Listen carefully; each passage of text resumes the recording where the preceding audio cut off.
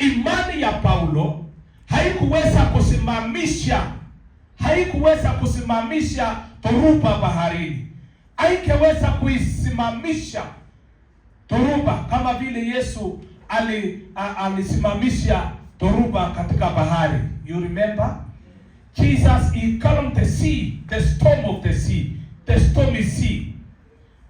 But here Paul, his faith did not dispel the sea. It did not dispel the storm, but imani yake iliwashikilia katika Mungu. Licha ya kwamba ili yumba, licha ya kwamba vitu vyao walitupa baharini, licha ya kwamba walikuwa katika hatari ya kuangamia, lakini waliweka imani katika Mungu. Bwana apewe sifa. In our lifetime, we have a journey. There are storms on our way, but let us learn to put our anger in the word of God. Weka nanga yako katika neno la Mungu.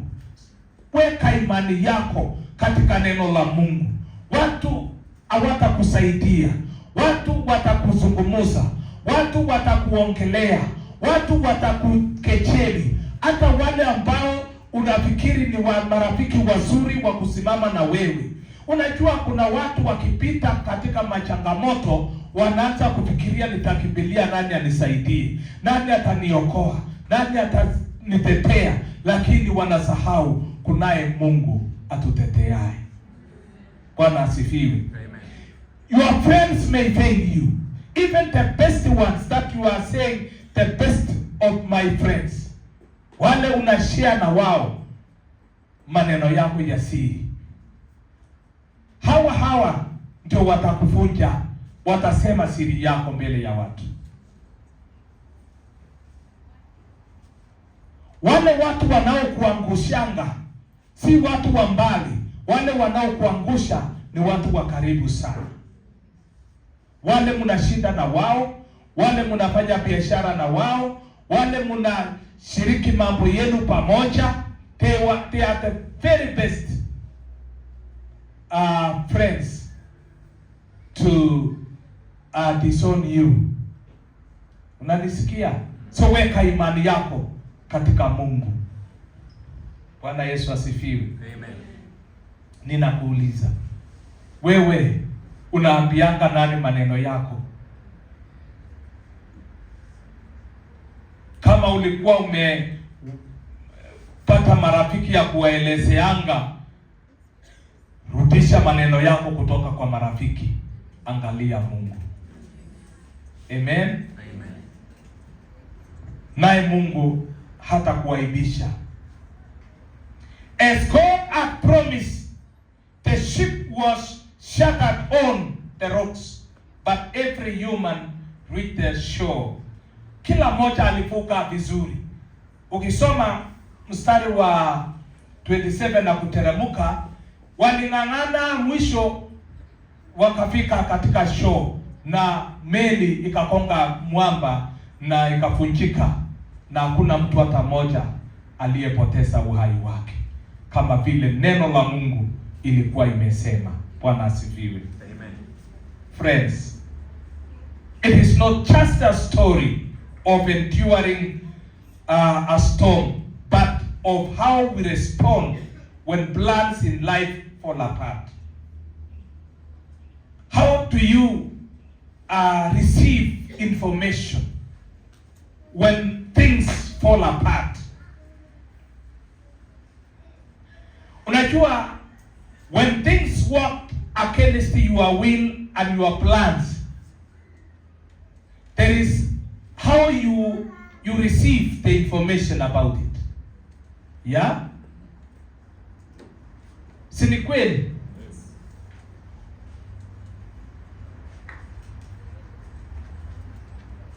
Kuna kitu ilinifanyikia siku moja kazini.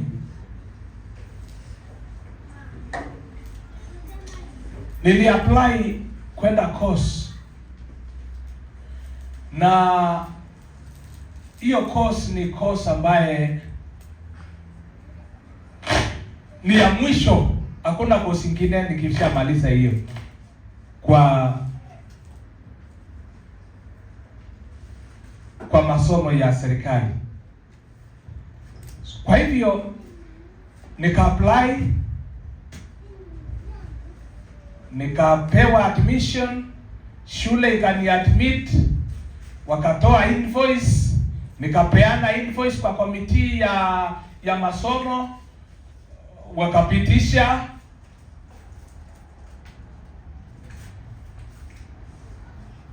Reply ikarudi, nikaambiwa sasa utaenda siku fulani. Nikingojea watu wa accounts walipe ndio nipate receipt ya kupeleka shule, walikaa kidogo. Watu wengine wale walikuwa kwa kosi ingine ya chini, wengine wote kila mtu alipewa barua yake na receipt wamelipia. So mimi nikaanza kufikiria na yangu so kumbe imekula watu. Secular ilikuja baadaye, wakakuja na another requirement ambayo singe qualify.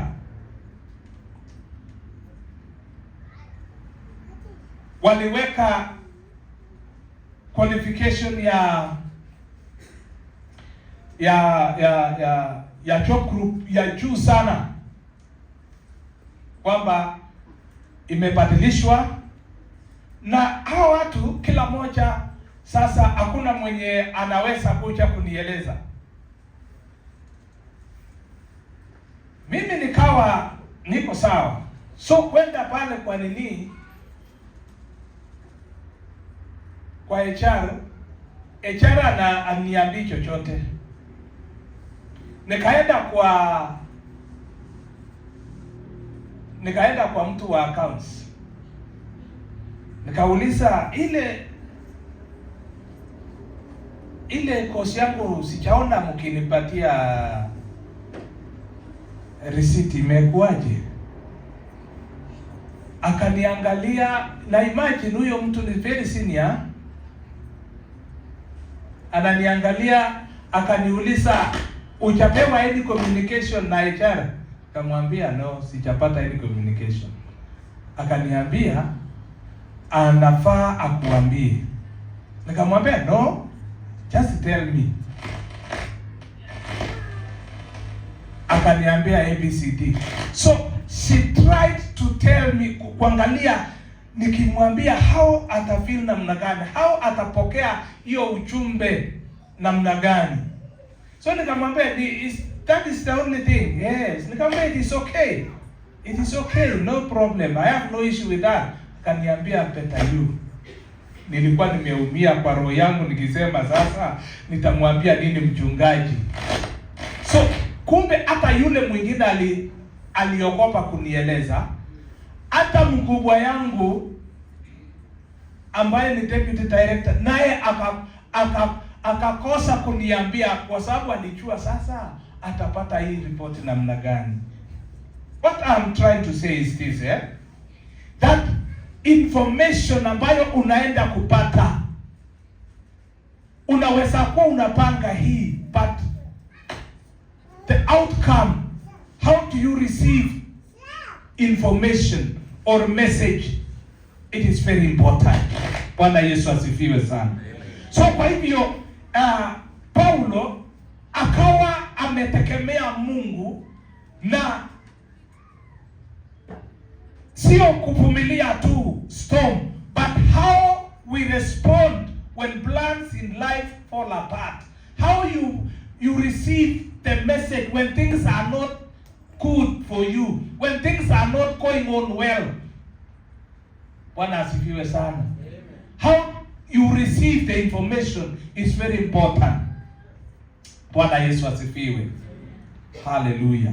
But kumbuka ya kwamba even in disaster, God is dependable in everything. Bwana Yesu asifiwe. Mungu ni wa kutegemewa. Hata kama mambo inaenda south, bado Mungu ni wa kutegemewa. Hata kama mipango yako inasoa, inakuwa mbaya, inakuwa inaharibika, bado Mungu ni wa kutegemewa. He can still redo it again. Bwana asifiwe. Hata kama meli itakongwa iharibike, hata kama watu wamepoteza mali yao kwa kutupa baharini, hasara ya mzigo yao na everything, but God still can do a new thing. Bwana Yesu asifiwe. Bado Mungu atasimama. Bado Mungu anaitwa Mungu katika hali zote. Bwana asifiwe. Na bado Mungu ni wa kutegemewa. Bwana atukuzwe sana. Amen. Paul teaches us God's promises endure even when everything else is destroyed. Umesikia hiyo point? Yaani Paulo anatufunza ya kwamba ahadi za Mungu inadumu hata wakati mambo mengine imeharibika. Hata program zako zikiharibika, hata promises zingine kiharibika, ahadi ya Mungu haivunjiki milele. Ahadi ya Mungu itadumu hata milele. Na Mungu hata kuacha kamwe. Atakuwa pamoja na wewe. Hata mambo ikikeuka kubadilika, mambo ya Mungu atasimama na wewe. Ndio maana huwa niliambia kanisa la ibada ya kwanza siku ya leo ya kwamba let us not sing the song that the world is singing. Wewe ambaye ni believer, umepelekwa huko na siasa. Wanasiasa ni wanasiasa. They can promise anything, even the impossible. They can tell you, because nothing is impossible kwao. Na ni kweli kwa Mungu kila jambo inawezekana. Si ni kweli? Yes. But when things ikichelewa kidogo, it seems like the promise is broken and we start singing another song ya kusema sijui nini mpaka unavunjika moyo. But let me tell you, sio hivyo kwetu tuliamini neno la Mungu. The promises of God are yes and amen. Bwana asifiwe. The promises of God are yes and amen. Mungu akisema kwamba utapata kazi utapata. Hata wakati kazi is very scarce, in the middle of the scarcity, God can provide. Bwana asifiwe.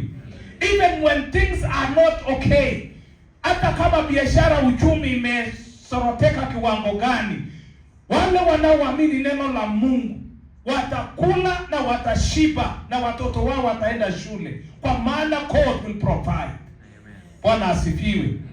Our economy imeshikiliwa na Mungu. Wakati watu unasikia ati wananunua kazi, wewe unasema Mungu alinibariki bila kutoa chochote. That is the God we serve. Bwana asifiwe. That is the God I am speaking of. That is the gospel I am preaching today. A God who is able to do exceedingly above all other things. Bwana asifiwe sana. Bwana atukuzwe. Huyu ni Mungu ambaye Paulo aliweka nanga ya imani yake kwake na ikaokoa hata na wale watu ambao walikuwa pamoja naye. Kama Paulo angekuwa na imani katika Mungu, the all 276 souls could have perished in the sea. But you see how he saved the whole team, those who were sailing together. Your faith can save our country. Your faith in God. When things are not okay, you are saying it is okay in Jesus' name. And you claim from God that God, you are a faithful God. You can raise even things that are not there to be there. You can change the difficult situation that we are in to be favorable for us. Bwana asifiwe. Yes, God is looking for a man who can stand in the cup. But when we sing the same song, tunakaa kwa mtungi moja, tunalewa sisi sote, nani ataokoa mwingine? And the church is the solution to the world. not the world bringing solution to the church. Sikiliza mimi. Dunia haileti jawabu kwa kanisa, bali kanisa ndio inaleta jawabu ya matatizo ya dunia. Unanielewa? Yes. So wewe ndio kanisa. Wewe ndio tumaini. Ukichomoka asubuhi nje, kikuta mambo imeharibika kule nje, lete suluhisho, mwambia Mungu unaweza. This story must change. This situation must change. Bwana Yesu asifiwe. My time is much spent, and I want to finish by saying the following. Our personal struggles can turn into testimonies when we choose courage over fear. Kitu kimoja nataka niwaambie. Tuna struggle, our daily challenges, we struggle every day. But it can turn into testimony when we stand firm in the ways of God. You will give a testimony, my brother. You will give a testimony, my sister. Stand firm in that situation. There is no testimony that comes without a test. Munanisikia? Yes. Testimony comes after a test. Testimony. After a test, there is a testimony. Abraham alipita test. The greatest test Mungu alipatia Abraham ni wakati Mungu amebariki Abraham at the old age. Read Genesis chapter 22. Mungu wakati Isaka amefika umri, Mungu akamwambia, akamtest, akamwambia nitolee mwanao, chukua nitolee kama sadaka, kama dhabihu ya kuteketezwa. It was not an easy thing. It was not an easy test. It was a test. Amen. Na hiyo wakati Abraham alishinda hiyo jaribu, Mungu akasukumuza na akasema, I have now known that you love me. And anything sitakuzuilia, nitakubarikia everything. Hallelujah. And before then, Mungu akembariki mpaka apite huo mtihani. Mtihani ya pili ambayo iko katika Biblia. Mungu amjaribu mtu, lakini kuna haya maneno mawili. Test moja ni hiyo ya Abraham. Test ya pili, Malaki 3:10. Biblia inasema, test me and you will see. Hiyo mtihani ya test me, God is saying, ya kutoa fungu, mtihani huo watu wengi hawajapita. Kwa sababu mtu ukipata mshahara, ukitaka kutoa fungu la 10, unaanza kufanya hesabu. Ati mtoto anataka hii, sijui nini rent hii, sijui nini hii, sijui hata haitoshi, unaanza kukula, unasema next time nitatoa, na utoi. That is a test. You are failing to pass a test. And before, kama hujapita test, hakuna testimony. Mnanielewa? Unajua hata nikihubiri niandike, nisome yote ambayo niliandika, tayari mlisahau ile nilianza nayo. Tusimame juu.